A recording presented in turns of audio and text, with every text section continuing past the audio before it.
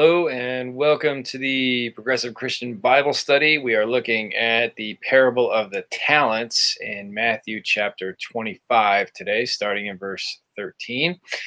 And I will begin with a prayer in about 30 seconds.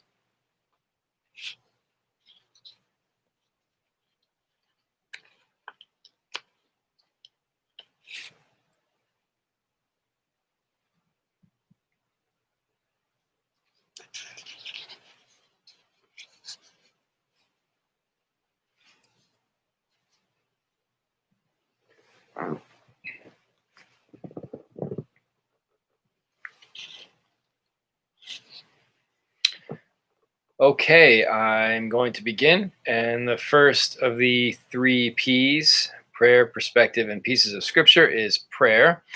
And the prayer I want to share with you today is going to be the unison prayer for this coming Sunday. And it's a prayer about love. Gracious God, your name is love. So fill us with your love that it might cascade into the ordinariness of our working lives, that others might experience the warmth of its flow, spreading from hearts and words and deeds, an unbroken stream bringing refreshment to all that it touches. Through Christ, the incarnation of love, we pray. Amen. All right, so today's perspective deals with interpretation. And specifically, what I want to do is read a few excerpts from an opinion piece by the New York Times opinion writer David Brooks. And the reason why I want to share this with you is because it struck me as I was reading what Brooks wrote that what he was doing was interpreting some of the data around the presidential election of last week. Some of the things that he was saying in that article are not so easily verifiable. So what he's doing is interpreting. And it illustrates the process of interpretation for us when we're reading the Bible. So here's a few snippets from David Brooks's article. So the first thing that he does in this article is he begins by saying what he desired the outcome to be. He wanted, as he says, a grand rebuke of quote unquote Trumpism. He wanted a landslide. But of course, this didn't happen in the presidential election. So then Brooks goes on and he says that elections are educational events. Voters are not always wise, he says, but they are usually comprehensible. They know more about their own lives than we in our information bubbles do, and they almost always tell us something important. So then what Brooks does is he interprets what he sees as the exit polling data from that election. So the first thing he says that we learned from this election is that most Americans felt that the current administration was unacceptable, and so they voted them out. So that's one thing. The second thing he says that voters told us is this: separate church and state. So he goes on and explains what he means by that. So he says, we've long had political polarization in this country, and we still will. But over the last few years, polarization has transmogrified into something worse. David Brooks calls it a religious war. So what he does in the rest of this opinion piece is sort of talk about two sides of this, what he describes as a religious war. So on the right, he calls it Trumpism, and on the left, he calls it wokeism. So he says Trumpism and wokeism are not equivalent phenomena, but they both serve as secular religions for their disciples. This is Brooks's point. In different ways, he says, voters told the two parties that they'd like our politics to be about practical issues. If you want a religious war, go have it somewhere else. So then he explains a little further. So this is what David Brooks writes. Voters told Republicans, for example, that you will be much stronger without the MAGA side of the party. And, says Brooks, the image of a possible future GOP emerged in the election, a multiracial working class party. Meanwhile, he says, voters told Democrats that they too would benefit if they played up policy and played down cultural concerns of their quote unquote Portlandia graduate schooled defund the police wing. So here's what Brooks says. If there was ever going to be a Democratic blowout election, this was it, but it failed to happen. The voters reminded us yet again, he says, that the other side is not going away. We have to dispense with the fantasy that after the next miracle election, our side will suddenly get everything it wants. We have to live with one another. Okay, so that's the end of the snippets from David Brooks's piece. Now, that last little bit of advice that he has, voters are reminded that yet again the other side isn't going away and that we have to learn to live with one another. Sure, that's reasonable enough advice. It's a good piece of advice. But what about Brooks's interpretation that voters rejected the extreme left and right of their respective parties, what Brooks calls the religious wings of the party, Trumpism on one side and wokeism on the other? This is a little harder to verify. So what David Brooks is doing when he makes statements like that is he's interpreting the election data, which means, to a certain extent, his interpretation is reflecting his own political identity, which is center right. Pretty much a centrist, but he leans right. And it also reflects his own wishes for the political culture of the US. So, to put this another way, David Brooks seems to be interpreting the election data according to what he hopes is true.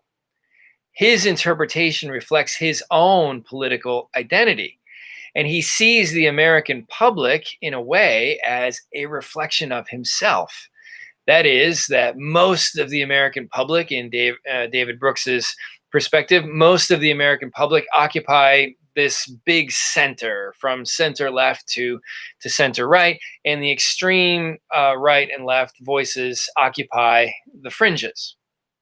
So it seems like David Brooks is looking at the election results and reading into those results a reflection of himself and his own personal political views. Now, I should say, and I've said this many times in these studies over the last weeks and months, this is what interpretation is, whether it's election data or whether we're interpreting the Bible. We bring our whole selves to the interpretive process. We bring our own hopes and desires to whatever it is that we're interpreting. And these hopes and desires, our whole selves, influence how we interpret. So the problem with David Brooks's article, in my view, is that he doesn't tell us that he's interpreting in this way. He's using the authority he possesses as a columnist for the New York Times and his own expertise in politics to make it seem like his interpretation is an accurate interpretation. Now, his interpretation may be accurate. Of course, it may very well be that the vast majority of Americans occupy this big center from center left to center right, and that really the Trumpism on one side and the wokeism on the other are just extreme fringes. It's possible that he is correct about that. But I think it's fair to say that his interpretation of the American electorate is shaped by who he is, and by what he hopes the American electorate is like. The only way to really verify whether he's correct about this is to actually sit down and interview the 150 plus million Americans who participated in this election and craft the questions in such a way that you can glean the data that you need to draw the conclusions that he draws. That's a Herculean task. It's an impossible task. There's really no way to know for sure if what he says is true for the 150 million plus Americans who voted. So a better approach, and I'm not trying to be critical of David Brooks here or overly critical. I'm just because a lot of what he says I do actually appreciate, but I'm just pointing out that there's some slippage here when it comes to how someone interprets data or how someone interprets anything. So a better approach, in my opinion, would have been for David Brooks to begin his article by talking about what he hopes for and where he stands politically, what he hopes to be the case in the American electorate, and where he personally stands politically, and then to proceed with his interpretation of the election data. So, what he could have said is, I am center right when it comes to politics. My hope is that the fringe left and the fringe right do not reflect the majority of Americans. I hope that the majority of Americans share similar center right political views as me. And then he could proceed to say, there's actually some evidence to suggest that this is the case. And then he could go on with his article and interpret the data accordingly. In the way that he does, carving out this large group of voters that occupy the center. So this approach, where one is honest about who they are and what they're longing to see when they interpret, it's called a self-reflective approach to interpretation. And this applies whether, again, you're looking at election data or whether you're looking at a sacred text like the Bible. Be self-reflective when we interpret. And basically, what that means is that we are recognizing that who we are influences how we interpret.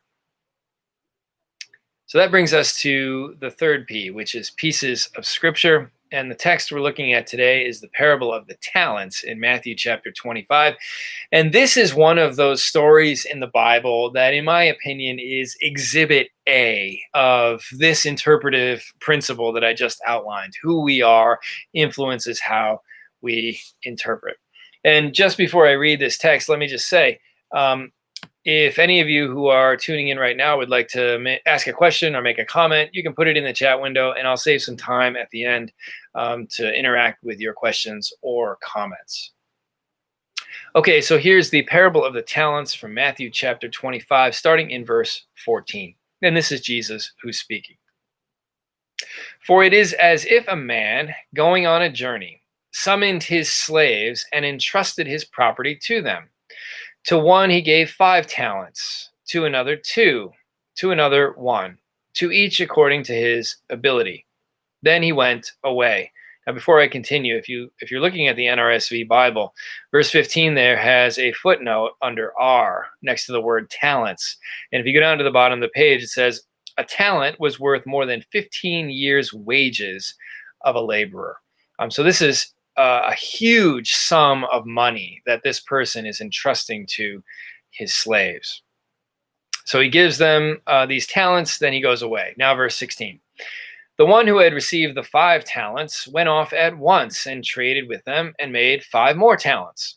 In the same way, the one who had the 2 talents made 2 more talents. But the one who had received the 1 talent went off and dug a hole in the ground and hid his master's money. After a long time, the master of those slaves came and settled accounts with them. Then the one who had received the 5 talents came forward, bringing 5 more talents, saying, Master, you handed over to me 5 talents. See, I have made 5 more talents. His master said to him, Well done, good and trustworthy slave. You have been trustworthy in a few things. I will put you in charge of many things. Enter into the joy of your master. And the one with the 2 talents also came forward, saying, Master, you have handed over to me 2 talents. See, I have made 2 more talents. His master said to him, Well done, good and trustworthy slave. You have been trustworthy in a few things. I will put you in charge of many things. Enter into the joy of your master. Then the one who had received the 1 talent also came forward, saying, Master, I knew that you were a harsh man, reaping where you did not sow and gathering where you did not scatter seed. So I was afraid, and I went and hid your talent in the ground. Here you have what is yours. But his master replied, You wicked and lazy slave. You knew, did you, that I reap where I did not sow and gather where I did not scatter? Then you ought to have invested my money with the bankers, and on my return I would have received what was my own with interest. So take the talent from him and give it to the one with the 10 talents. For to all those who have, more will be given, and they will have an abundance. but from those who have nothing, even what they have will be taken away. As for this worthless slave, throw him into the outer darkness where there will be weeping and gnashing of teeth." Thus ends the good news according to Matthew. Okay, so this is the parable, the gospel reading that's on the lectionary for this coming Sunday. And again, just to reiterate a point that I made before I read the parable, this is one of those stories in the Bible that is exhibit A when it comes to demonstrating this interpretive principle that I've outlined using the David Brooks article. And that principle is this self-reflective approach to interpretation, the recognition that who we are influences how we interpret. So know thyself when you're interpreting a text. So again, this story is about this wealthy master with these 3 slaves. He entrusts to his slaves these talents, 5 talents to one, 2 to another, and 1 to the final person. And then he goes away, and their job is to do something with those talents. The first 2 invest, and they recoup the investment, 100% return. The third buries his talent in the ground, and he's the one who's ultimately targeted by the master as being foolish and lazy for not at least generating some kind of return. Now, this is one of those stories that particularly people in the modern West have pointed to as evidence that the Bible teaches capitalism. It validates the fundamental principles of the capitalist system. So a case in point example of this is Margaret Thatcher, the former British Prime Minister. She once said, "Remember the parable of the talents in the New Testament? Christ exhorts us to be the best we can be by developing our skills and abilities, by succeeding in all our tasks and endeavors. What better description can there be of capitalism?" So Margaret Thatcher was a fan of this parable of the talents, so much so that it was read at her funeral. And for her, it was a demonstration of the fundamental principles of capitalism. Now, there certainly are details in this parable that could justify this sort of interpretation. But again, remember what interpretation is. Who we are influences how we interpret. Who Margaret Thatcher is or was influenced how she interpreted this parable of the talents. So again, there are certain things in this parable that could lend themselves to this kind of interpretation. So, for example, each servant is entrusted with resources according to their ability. And then they must use what they have to be industrious and be productive and generate a return. Seems very capitalistic. The first 2 servants or slaves take the talents that have been given to them. And again, a talent is a huge sum of money. 1 talent is worth more than 15 years' wages for a day labor. So they take their talents, and then through trade and taking advantage of the market, they make more talents for their master. Again, sounds awful capitalistic. But then the third servant, out of fear of his master, he takes his 1 talent that's been entrusted to him and he just buries it in the ground. And when the master returns, he rewards the first 2 servants for being industrious and productive, but then he punishes the third servant. And he accuses that third servant of being lazy and not being industrious and hardworking. And then he tells him, at the very least, what he should have done, instead of burying his talent in the ground, at the very least, he should have given it to the bank and then at least put it in an account in the bank and let it generate a little bit of interest. So all of this sounds capitalistic in the way that Margaret Thatcher imagined. It's the language of industry and trade and interest and banking. There's even an implication of a kind of first century venture capital being put to use here. And then, of course, there's the ridicule of the person who is lazy, and laziness in capitalism is an unforgivable sin. Again, it all sounds very capitalistic if big if you already are living in a capitalist system and you consider yourself to be a capitalist. Who we are influences how we interpret, whether it's Margaret Thatcher or whether it's you and I reading this parable. So that's one way to read the parable, influenced by, people who live within the capitalist system. But an entirely different approach to this parable is represented by the peasants of Solentiname, Nicaragua. So these are peasants in Nicaragua who live on a cluster of islands, and there were Catholic missionaries who came to those islands. And the way that these villagers interpreted this story is entirely different from how Margaret Thatcher interpreted the story, or how others who might see the story as validating capitalism might interpret it. So these villagers in Nicaragua saw the landowner in the story as an exploitative capitalist. They viewed him in the story as the villain, not the third slave.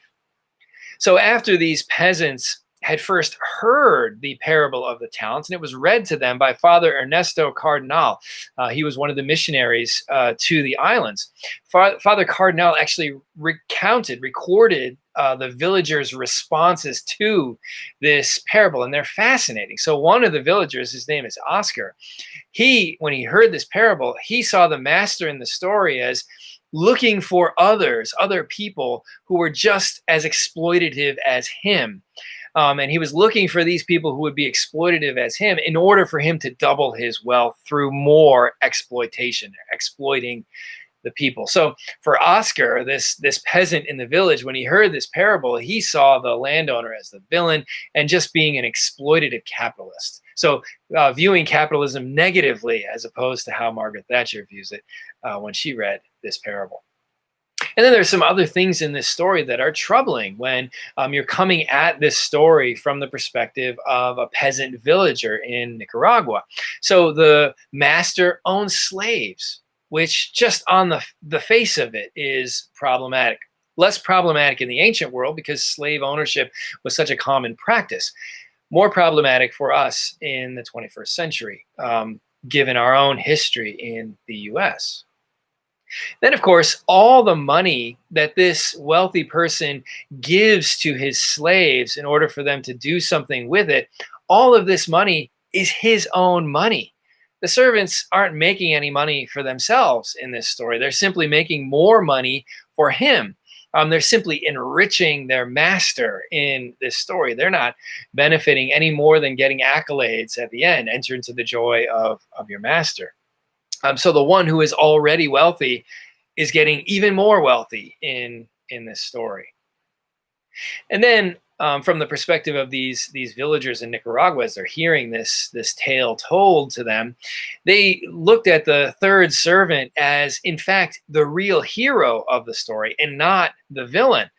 Because the third servant, of all three of them, the third servant is the one who actually speaks truth to power in this story. He speaks the truth about the master. He calls him in verse 24 a harsh man, reaping where you did not sow and gathering where you did not scatter seed. Just speaks the truth about this exploitative master.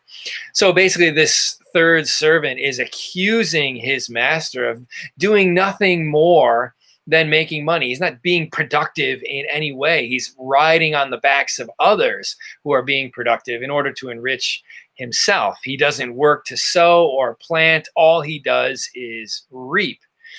Reminds me of the 1980s film Wall Street and the famous villainous capitalist Gordon Gekko, who admitted in this moment of honesty where he said, "I create nothing, I own."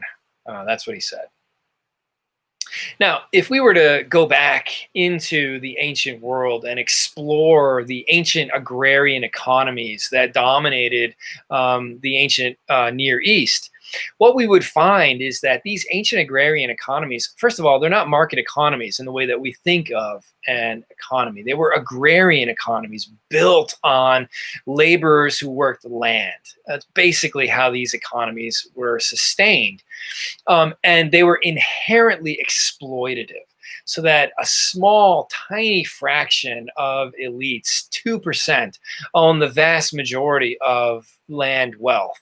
And then the vast majority of workers were at or very near subsistence in their daily lives. So any tragedy when it came to weather as it related to crops could totally destroy them. So one scholar, his name is William Herzog, New Testament scholar, and he's written a powerful book on the parables. This is what he says about agrarian economies. Quote, the elites in the ancient world used their wealth to make loans to peasant farmers so that the farmers could plant the crops. Interest rates were high. Estimates ranged to 60% and perhaps as high as 200% for loans on crops. The purpose of making such loans was not so much to make a large profit, but rather to accept land as collateral so that the elites could foreclose on their loans in years when the crops could not cover the incurred indebtedness. Now, the parable doesn't tell us how these slaves in the story made more money for their master. It leaves it kind of ambiguous. It says something like trade, something going on there, but it's not real explicit about how they made their money. But from the perspective of these peasants in Nicaragua who are hearing this story, to increase wealth in the way that these guys increase wealth for their master, it must have been some kind of system of exploitation. And the reason why these peasants were reading the story in this way or interpreting the story in this way is because they themselves in Nicaragua had experienced or had been the victims of economic exploitation. Which brings us back to the basic principle of interpretation that I've mentioned a couple of times. Who we are influences how we interpret. Whether you're Margaret Thatcher interpreting this parable as validating capitalism, or whether you're these peasants in Nicaragua interpreting this parable as a parable about exploitative capitalism and exploiting those who are lower down on the economic scale. Now, of course, it should be obvious on the surface of things that this parable is not talking about capitalism. Capitalism didn't exist in the ancient world, certainly not in the Adam Smith wealth of nations sort of way. This was an economy built on an agrarian empire. That's what it was in the ancient Roman world. It was not a market economy in the way that we think of a market economy. So no, Jesus is not validating capitalism in this story, just like he's not validating Marxism or socialism or any other ism that we might come up with in our modern language. That's not the world that he lived in. So that's not what this parable is getting at. So it raises the question, how do we unlock the riddle of this parable? How do we make it clearer to ourselves, reading it 2,000 years after it was first spoken? Well, I think there's two things to keep in mind here. First, this basic principle of interpretation that I've mentioned, which is recognizing who we are and recognizing that who we are influences how we interpret a parable like this. That's the first key points, fundamental to understanding interpretation. Then the second thing, to help buttress, the meaning of a text or the multiple meanings of a text, to help get at the spirit of the text, is to understand how a text or a story, in this case, functions with respect to its surrounding literary context. So we're trying, by situating this parable among the other things that are happening in the surrounding chapters of Matthew's gospel, we're trying as best we can to discern what Matthew the writer was trying to communicate by putting this parable where he puts it in this story. And it's just interesting to note that Luke's gospel has another version of this parable, and Luke's gospel places this parable at a different stage of the ministry of Jesus. For Matthew, this parable is right near the end of the ministry of Jesus. Indeed, it's spoken according to Matthew, in the last week of Jesus' life, which is significant. That tells us something about how Matthew understands this story. So if we were to take a more helicopter view of the surrounding literary context of this parable, we'd go back to the early part of chapter 21 in Matthew's gospel and see that we are now in the final week of the life of Jesus. So that section in chapter 21 that's significant is the triumphal entry, where Jesus enters Jerusalem riding on a donkey. Then he, quote unquote, cleanses the temple by turning over the tables of the money changers. Then he's accused by the religious leaders of doing all of these things without the appropriate authority. By what authority are you doing these things? They ask him, which precipitates three parables that Jesus tells and three questions that they ask of him, these religious leaders trying to trap him. And this is all three of these, the parables and then the three questions, illustrate the increasing hostility that the religious leaders have toward Jesus, which is setting the stage for the climax of the last week of his life, which is the cross. And it also sets the stage for what happens in chapter 23 of Matthew's gospel, where Jesus issues this series of woes. Woe to you, scribes and Pharisees, you hypocrites, you whitewashed tombs. And chapter 23 culminates with this passionate plea of Jesus, just pleading with the city of Jerusalem, hoping that hearts will change and that the course of action that's leading toward violence with the Roman Empire won't end up playing out. But of course, from the historical perspective, we know that it did. And so in chapters 24 and 25, Jesus is presented by Matthew as almost like a Hebrew prophet of old, who's prophesying doom for the city of Jerusalem, just like the old Hebrew prophets used to do. Chapter 24 and chapter 25, they're not talking about some apocalyptic end of history. They're very contextualized. They're dealing with the events that are happening in the first century. And Jesus is being presented as a Hebrew prophet, prophesying this impending destruction that's going to come. If only the people would turn, it could change. But if they don't, it won't. So we're given a little window here into the heart of Jesus in chapters 24 and 25. On the one hand, he's enraged that these religious leaders are treating so many other people negatively and hypocritically. But on the other hand, he has this passionate heart for the city that he loves, and he doesn't want to see it face its doom.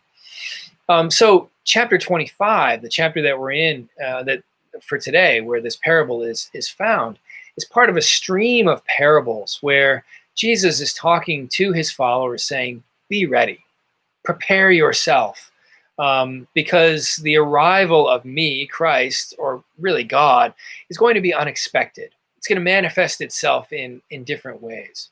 And for a long time in Christian history, these stories and parables in chapters 24 and 25 of Matthew's gospel have been viewed in Christian history as prophesying the apocalyptic second coming of Christ.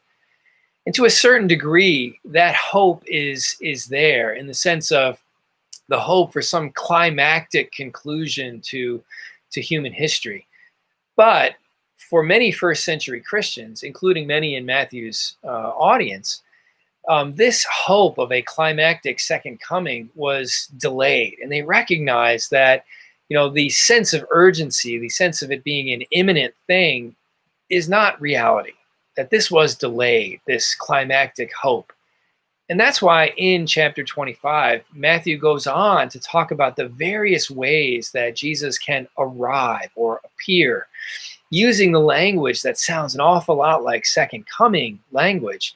And yet, for Matthew, what he's trying to do is prepare his readers and prepare us as readers 2,000 years later for the unexpected arrival of Jesus in unexpected ways, in the faces of the hungry and the thirsty, those who are in prison or sick, and on it goes. So the second coming of Christ is really multiple comings of Christ, multiple appearances of Christ. And yes, there is still this ultimate climactic hope of a grand second or final coming. But Matthew is preparing his audience and also us that Jesus arrives in multiple ways right now, even even today. So the theme that emerges in all of these parables is be ready. So in our parable, the parable of the talents, this be ready theme manifests itself in take what you've been given and put it to good use. Be faithful stewards of what's been entrusted to you, because Christ can appear at any time, and use your gifts to meet the needs of people in whom Christ appears. So Matthew is trying to preserve this sense of urgency in his gospel, while also at the same time helping his readers and all of us to be ready for the appearance of Christ. So the practical application of this story is really, in my opinion, a story about faith. This is a story, I think, that encourages self-reflection about the things that we have, the gifts and the talents and the financial resources that we have, our skills, all of these things. Um, the privileges that we have, our education, all of these things, to be reflective about the things that we have. And then I think the story invites us to ask ourselves, how are we using these things?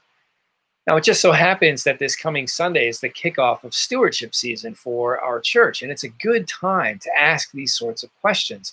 It's a good time to sort of evaluate our lives. How are we using our gifts and our skills and our talents, and our financial resources? Are we using them in a way that's going to meet the needs of the Christ who is in front of us, or are we being more selfish, and are we hoarding the things that we have? Are we being expansive, or are we being more in the line of contraction when it comes to how we're using our resources? There's an old phrase that goes back to the Protestant Reformation. It's called fides viva, living or vibrant faith. And that's the kind of faith that the Protestant reformers were trying to encourage in those early Protestants of 500 years ago, and by extension, us as well, to pursue a living faith, a faith that is expansive. Because sometimes, we are entrusted with things and we're not quite sure how to use them. But in the community of the church, we're reminding ourselves constantly that we need to think outside of ourselves, and think about using our skills and our talents and our resources in a way that help other people. Now, when it comes to this third servant in the story, I would much rather read him from a pastoral perspective than read him as someone who's lazy and useless. Because from my perspective, there are seasons in our lives where we don't have the capacity to be expansive in the way that I've been talking about. And so, we do need to sort of hunker down in those moments and care for ourselves. So you're seeing how, me, the pastor, according to how I am and how I see things, I'm influenced. Those things are influencing how I'm reading this parable and how I'm interpreting that third servant. I don't want to judge him. I want to see in him any one of us at certain seasons in our lives where fides viva is harder than at other times in our lives, and to be more compassionate toward a person like that. Then, of course, you have the first two servants in the stories, and I think sometimes the call to us is to be bold and to step out like those two servants did and take some risks and invest our time and our resources in other people and in ultimately expanding this thing called the kingdom of God. The ultimate goal of the church is to see the beloved community, the community of love that a church is supposed to be, to see that ultimately grow and grow and grow, and then become the community of the world. That is an expansive vision of the mission of the church. And the challenge I think this parable provides is to use our gifts and our skills and our financial resources to try to meet the demand of that mission. Okay, so I'm going to save a few minutes here to respond to questions or comments, and I see a couple in here. Okay, so yeah, there's a comment here about using this parable for stewardship season. Absolutely. And I just want to emphasize again the various ways that this parable can and has been interpreted over the years. Um, but I think it's important always to keep in mind that Matthew has his own agenda when he's presenting a parable like this, and he's putting it in chapter 25 for a reason. He's setting it up, and then the story that follows it is there for a reason. It's all fitting together in Matthew's mind, and as best as we are able, we try to get into the head of the gospel writer and see what's going on there. But we can say, I think, with extreme certainty, let's put it that way, that this is not a parable that's validating capitalism. It's really a parable that's about the stewardship of resources and why it fits so nicely with stewardship season. Are there any other comments or questions?